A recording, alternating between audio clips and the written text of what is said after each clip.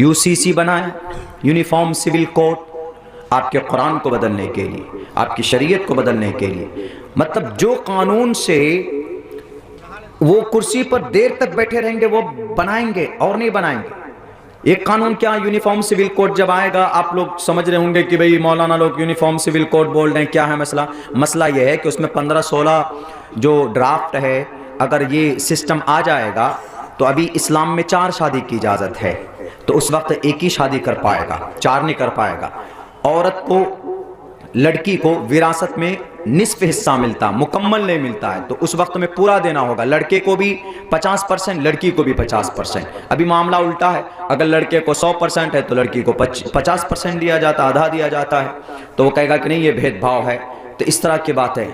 हम कहते हैं कि कोई बात नहीं, बनाइए आपको जो बनाना हो, लेकिन बराबरी के साथ बनाइए कानून कि भाई चलो कि जो 4 शादी की परमिशन है, एक ही शादी करेंगे मुसलमान, एक ही करते हैं। 4 कौन करता है? कौन 4 करता है? या कौन 2 करता है? कौन 3 करता है? मजबूरी में कभी कोई बीमारी हो गई पहली बीवी को, या बांझ है, औलाद नहीं है, तो दूसरी करते। वरना किसको पागल कुत्ता काटा है? जिंदगी को कौन जहन्नम बनाना चाहता है? दुनिया में अगर आपको जहन्नम देखना है तो दूसरी शादी कर लीजिए, पता चल जाएगा। तो बैरक है, कोई नहीं चाहता।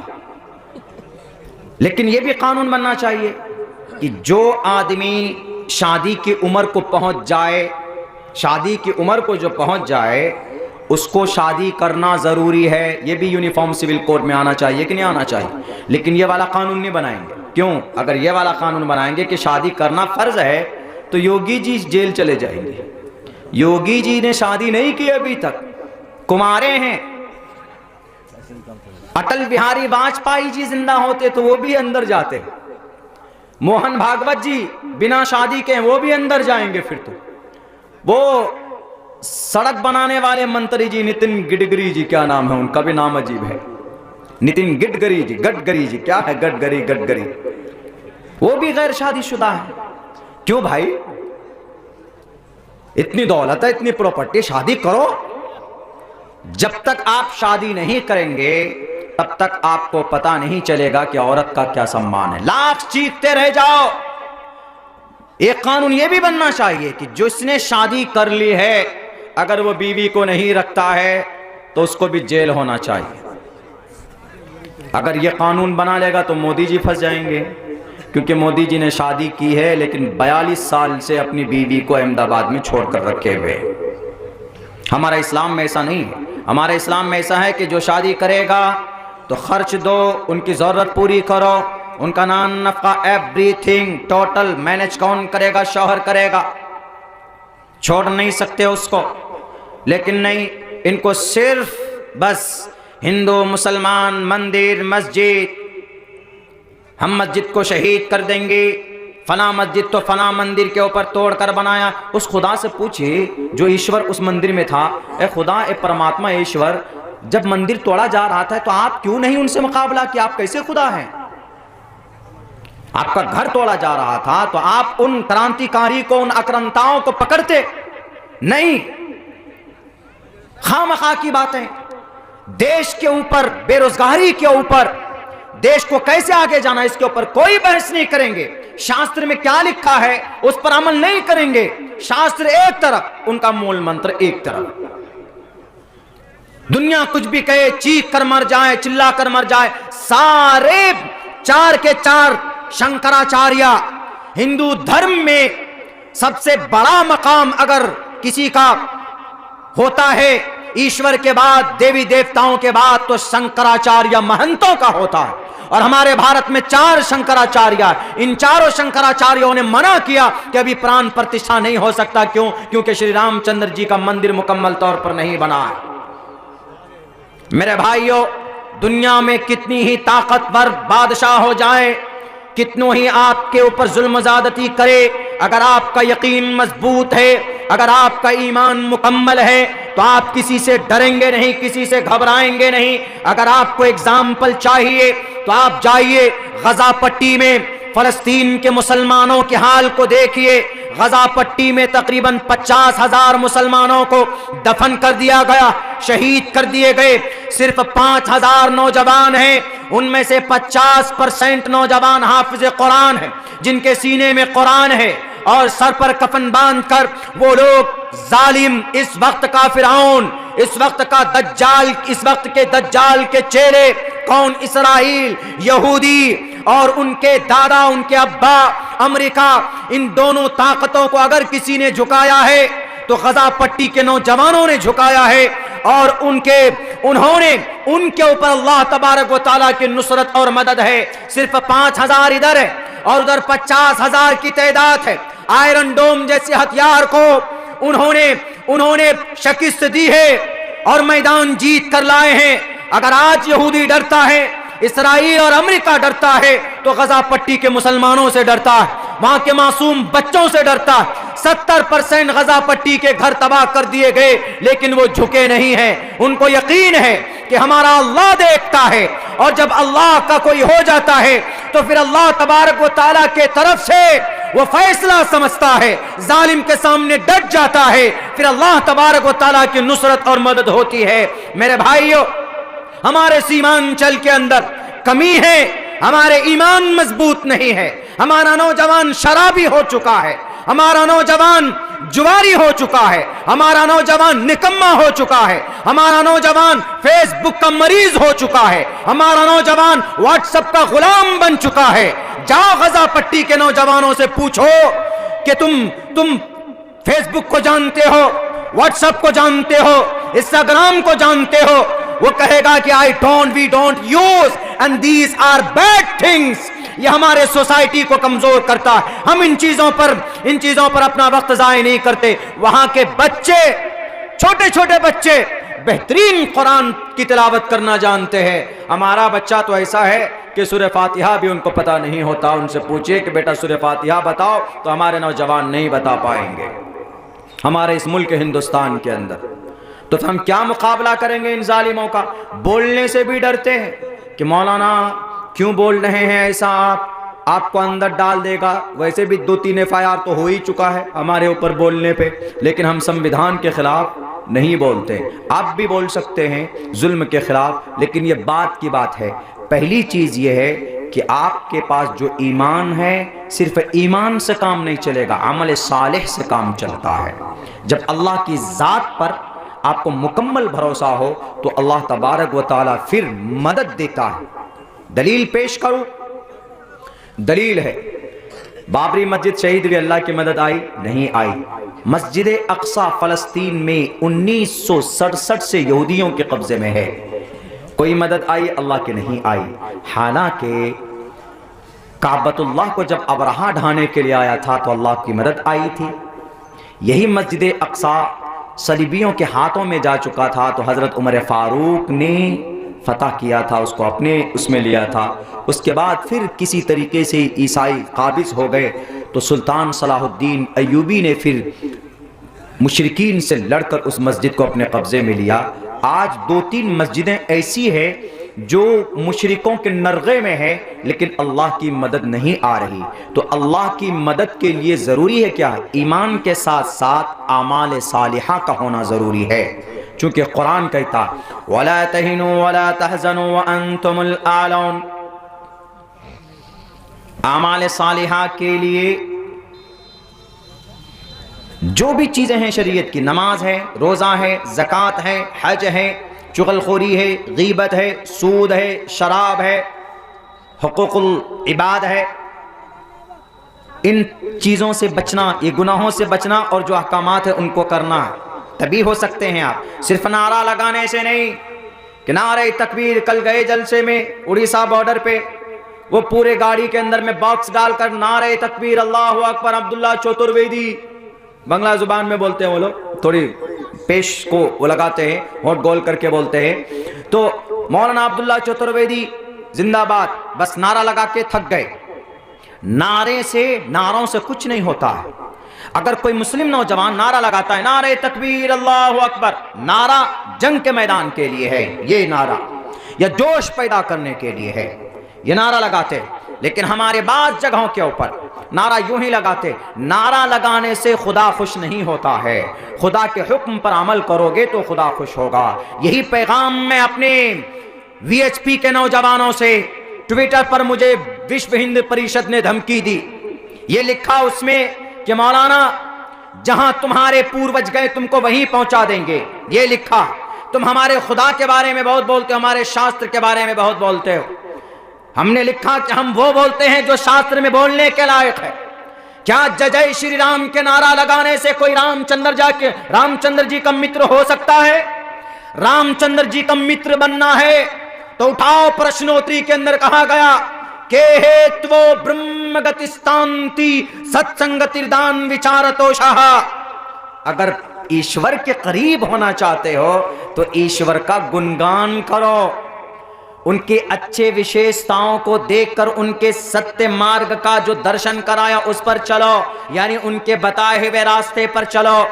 जय श्री राम का नारा लगाकर अभी 22 जनवरी को मीरा रोड मुंबई के अंदर एक दाढ़ी वाला मुसलमान है, 25 साल से दुकान करता है, उसकी दुकान के अंदर तोड़ फोड़ की गई। उसके बाद फिर बुलडोजर लाकर उस दुकान को तोड़कर एक तरफ कर दिया गया। जय श्री राम का नारा लगाने से मैं 22 तारीख को मैं आसाम में था, गुवाहाटी से मुझे 200 किलोमीटर दूर जाना था। अम्मी ने कहा कि मत जाओ, हालात खराब हैं, प्रोग्राम पहले से तय थे। हमने कहा कि अम्मी जो मुकद्दर में होगा वो होगा, वादा किया है, जाऊंगा और तकरीर करके आ जाऊंगा, पैगाम देकर आ जाऊंगा। मैं गया, गांव के पास पहुंचा, पूरे रास्ते में कुछ नहीं हुआ, गाड़ी रुकी, उन हमारे हिंदू भाइयों का एक जुलूस आ रहा था। वही जब हमें देखा कि टोपी और दाढ़ी वाला गाड़ी के अंदर बैठा हुआ है तो फौरन नारा लगाने लगे, जय श्री राम और जय बजरंगबली का नारा खूब जोर जोर से, रुक कर कम से कम 1.5-2 मिनट तक नारा लगाया। अगर आपको उस वक्त दिल से आवाज आई कि चलो कम से कम अल्लाह ने इस लायक तो बनाया है कि हमारी टोपी और दाढ़ी को देखकर किसी को अपना भगवान याद आ रहा है। वैसे तो 24 घंटे में करते नहीं होंगे कभी आप, चलो मुसलमान को देखकर, टोपी और दाढ़ी को देखकर अगर किसी को ईश्वर याद आ रहा है तो बहुत अच्छी बात है। लेकिन वो ईश्वर को खुश करने के लिए नारा नहीं था, वो नारा इसलिए था कि देखो हमने वहीं पर हमने तुम्हारी मस्जिद तोड़कर राम मंदिर बनाया, और जय श्री राम का नारा लगाकर चिढ़ाने की कोशिश कर रहे थे वो। अगर तुम्हारा यही मकसद है कि जय श्री राम नारा लगाकर तुम चिढ़ाओ माइनॉरिटी को, या अगर कोई मुसलमान नारे तकबीर का नारा लगाकर किसी हिंदू को चिढ़ाना चाहता है तो इस्लाम में not allowed according to the Islamic sharia, in the sight of Allah almighty it is not allowed, it is a prohibited, नाजायज और हराम है, जायज नहीं है किसी को नारे तकबीर की सदा लगाकर उसको चिढ़ाना। हमारे हिंदू भाइयों, शास्त्रों में ईश्वर के करीब जाना है तो वो ब्रह्म गतिस्तांति सत्संगतिर्दान विचारतोषः, उनके अच्छे नामों का वर्णन करो, उनके अच्छे कामों को अपनी जिंदगी के अंदर दाखिल करो, उनके तरीके के मुताबिक अपनी जिंदगी गुजारोगे तो ईश्वर खुश होगा। भारत के अंदर टोपी और दाढ़ी वालों को देखकर नारा लगाने से, इनकी मस्जिद, इनकी दुकान चुन चुन कर आग लगाने से, या इनकी मस्जिदों के ऊपर पत्थर फेंकने से, इनकी मस्जिदों के ऊपर बुलडोजर चलाने से तुम्हारी ताकत का नाजायज इस्तेमाल होगा। ईश्वर इससे कभी भी खुश नहीं होता। इसलिए मुसलमानों, आज जो आपके ऊपर जुल्म सितम के पहाड़ तोड़े जा रहे हैं, आज जो कुर्तबा की मस्जिद, जो फलस्तीन, जो स्पेन के अंदर है, वो आज कलीसा बना हुआ है, 1400 खंबे उस मस्जिद के अंदर है, वो मस्जिद आज आजाद नहीं हो पाई। 1967 से मस्जिद अक्सा है यहूदियों के कब्जे में, वो मस्जिद आजाद नहीं हो रही। बाबरी मस्जिद शहीद कर दी गई, जामे मस्जिद ज्ञानवापी का नंबर आ गया, उसके ऊपर कह दिया है कि इसके ऊपर तहकीक की जाए। क्या तहकीक करोगे? तुम्हारी नीयत जानते हैं, तुमको ज्यादा दिन तक कुर्सी पर बैठना है, कोई मुद्दा नहीं मिलता है तो हम राम मंदिर बनाए देखे, रामचंद्र जी को जो घर लाए हम उनको जिताएंगे। अरे रामचंद्र जी खुद खुदा है, उनको घर की जरूरत नहीं होती। जो खुदा होता है उनको घर की जरूरत नहीं होती, जो ईश्वर होता है उनको छत की जरूरत नहीं होती। वो औरों को छत देते हैं, वो औरों को घर अता करते हैं, उनको घर की क्या जरूरत है? मेरे मुसलमानों, आपको अपनी ईमान के साथ आमाल सालिहा की जरूरत, उसके ऊपर जरूरत, मेहनत करने की जरूरत है। हजरत इब्राहिम का नाम सुने हैं? जब कोई अल्लाह का हो जाता है तो अल्लाह डायरेक्ट मदद करता है। भले ही सामने कोई हिटलर हो, कि फिरौन हो, कि जालिम हो, कि कारून हो, कि शद्दाद हो, कि हामान हो, कि अबू जहल हो, कि अबू लहब, कोई भी हो, अल्लाह तबारक व तआला खुद डायरेक्ट मदद करता है। दुनिया का सबसे पूरी दुनिया के ऊपर हुकूमत करने वाला बादशाह कौन? नमरूद। 4 बादशाह गुजरे हैं। In entire world there are 4 बादशाह। ये वाक़या बताकर मैं अपनी बात ख़त्म करूँगा, चूँकि वक्त भी काफ़ी हो चुका है। हज़रत इब्राहीम का नाम जानते हैं। उनके सामने में एक बहुत बड़ी ताकत थी। क्या? नमरूद। बड़ी ताकत, पूरी दुनिया में हुकूमत। नमरूद की भी हुकूमत रही है, बुख्त नसर की भी हुकूमत रही है, और इस्लाम में 2, एक हज़रत दाऊद, हज़रत सुलेमान की, और एक सिकंदर ज़ुल्क़रनैन की, पूरी दुनिया पे हुकूमत, जो बादशाह रहे। तो हज़रत इब्राहीम अलैहिस्सलाम की मुकाबला हुआ सामने, किनका? नमरूद का। हज़रत इब्राहीम हमेशा तन्हा थे, लेकिन कभी नमरूद के सामने झुके नहीं कि नमरूद तुम काफिर हो, तुम मुशरिक हो, तुम्हारा अकीदा ठीक नहीं है, तुम डुप्लिकेट खुदा हो, तुम बुज़दिल हो, तुम अल्लाह के नेक बंदे नहीं हो। उस अल्लाह की इबादत करो जो अल्लाह सूरज को पूरब से निकालता है और मगरिब में डुबोता है। उस अल्लाह की इबादत क्यों नहीं करते तुम? बहरकैफ लंबा प्रोसेस, एक लंबी तारीख है। तो नमरूद ने कहा कि बहुत ज़्यादा हो गया, जमा करो लकड़ियां। महीनों लकड़ी जमा की गई। क्या करने के लिए? हजरत इब्राहीम अलैहिस्सलाम को उसमें डालकर जलाने के लिए। महीनों तक, 1 महीने तक सिर्फ आग सुलगाई गई थी, आग 1 महीने तक। जब अंगारे दहकने लगे, फाइनल फैसला हो गया, डालो मंजीक में। वो लकड़ी का बनाते थे, लोहे का, बादशाह लोग उसमें पत्थर डालकर दुश्मनों के ऊपर फेंकते थे। उसी पर डाले गए। जब फेंकने वाले हैं, फौरन जिब्राइल आते और जिब्राइल अलैहिस्सलाम पूछते हैं कि खलीलुल्लाह, मैं हाजिर हूं। ए अल्लाह के खलील इब्राहीम अलैहिस्सलाम, मैं आपके सामने, इशारा कीजिए क्या करना है। ये मेरा पर देख रहे हैं ना, मैं इससे इसके टोटल जितनी भी आग इन्होंने तैयारी की, ये जो लकड़ियां जमा की, एक पर मारूंगा, ये सारी आग और लकड़ियां कहां चली जाएंगी, ये नमरूद सोच भी नहीं सकता। इब्राहीम अलैहिस्सलाम क्या बोलते कि मैं जानता हूं जिब्राइल, तुमसे बड़ी ताकतवर प्राणी अल्लाह ने इस जमीन के अंदर पैदा नहीं किया, तो इतनी ताकत का मालिक है कि पूरी दुनिया को तू पलट सकता है, मैं जानता हूं, लेकिन मैं तुम्हारी ताकत का इस्तेमाल नहीं करूंगा। अगर जिब्राइल जैसी ताकत इन शराबी नेताओं के पास होता, अगर ये सीएम और पीएम के पास होता ना, तो ये नामालूम टोपी और दाढ़ी वालों के एक एक घर को बुलडोज करते। इनके पास तो वो छोटा सा बुलडोजर होता है, देखा कहीं किसी माइनॉरिटी को नारे तकबीर की सदा लगाते हुए तो घर को बुलडोज कर दो। अरे अगर ताकत है, उस ताकत का सही इस्तेमाल करो तो अच्छा शासक वही है, अच्छा बादशाह वही है कि जो ताकत रहते हुए उसका मिसयूज नहीं करता है। हजरत इब्राहीम अलैहिस्सलाम ने कहा कि जिब्राइल, मुझे ये बताओ, मेरा अल्लाह मुझे देख रहा है कि नहीं देख रहा? जिब्राइल अलैहिस्सलाम ने कहा कि अल्लाह के खलील, अल्लाह के प्यारे नबी पैगंबर रसूल, अल्लाह आपको देख रहा है, जर्रा बराबर भी गफलत में नहीं होता अल्लाह सब कुछ देख रहा है।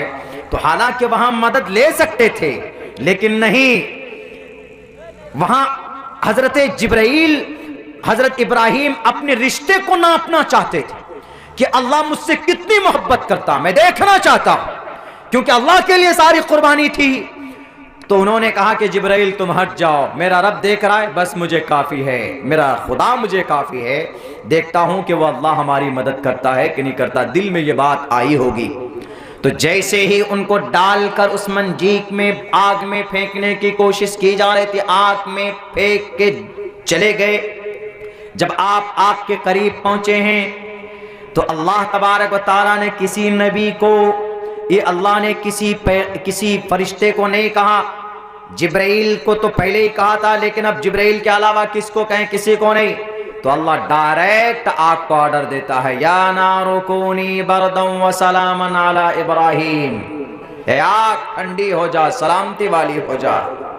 हज़रत इब्राहीम अलैहिस्सलाम वहाँ पर पुरसुकून तरीक़े पर जाकर बैठ गए, उनको कोई तकलीफ़ नहीं पहुँची। क्यों मदद की अल्लाह ने? इसी को बोलते हैं कि अल्लाह अकबर, अल्लाह इतना बड़ा है, उसको किसी फरिश्ते की या किसी और सबब की, किसी वसीले की ज़रूरत नहीं होती है। और जब कोई अल्लाह का हो जाता है तो अल्लाह उसका हो जाता है। तो हज़रत इब्राहीम अल्लाह के थे तो फौरन अल्लाह तबारक व तआला की तरफ से मदद आई और ऑर्डर आया आपको कि या नारु कूनी, तुम नहीं मिटा सकते, इब्राहीम को तुम तकलीफ नहीं दे सकते। फौरन आग गुले गुलजार बन जाती है, गुलाब के फूल के मानिंद, एयर कंडीशन रूम के मानिंद वह आग हो जाती है। नमरूद इधर खुश है, ढोल बजाता है कि लो हमने कर दिया खात्मा। जब आग से निकले तो होश फाख्ता हो गया, उसके होश उड़ गए नमरूद के। इसीलिए आज भी उस तरह ईमान पैदा करने की जरूरत है। हजरत सुल्तान सलाहुद्दीन अय्यूबी ने रहमतुल्लाहि अलैह ने ईमान मजबूत था, रातों को तहज्जुद की नमाज में दुआ करते थे, सुबह को तलवार लेकर मस्जिद बैतुल मक़दिस की फतह के लिए मैदान में निकल गए थे। जंगे बद्र में सहाबा रातों को रोते थे, तब सुबह मैदान में जाते थे तो अल्लाह की मदद आती थी, फरिश्ते उतर आते थे। आज हमारी मस्जिदें शहीद की जा रही है, अल्लाह के तरफ से मदद नहीं आ रही है। इसीलिए जरूरत है आज सिर्फ अजान पर नहीं, सिर्फ नमाज पर नहीं, सारे अच्छे आमाल करना है। अल्लाह कुरान में कहता है वादल्लाहुल्लज़ीना आमनू व अमिलुस्सालिहाति ला यस्तखलिफन्नहुम फिल अर्ज़। अगर ईमान के साथ साथ अच्छे आमाल करोगे तो अल्लाह इस जमीन पर तुमको बादशाहत दे देगा।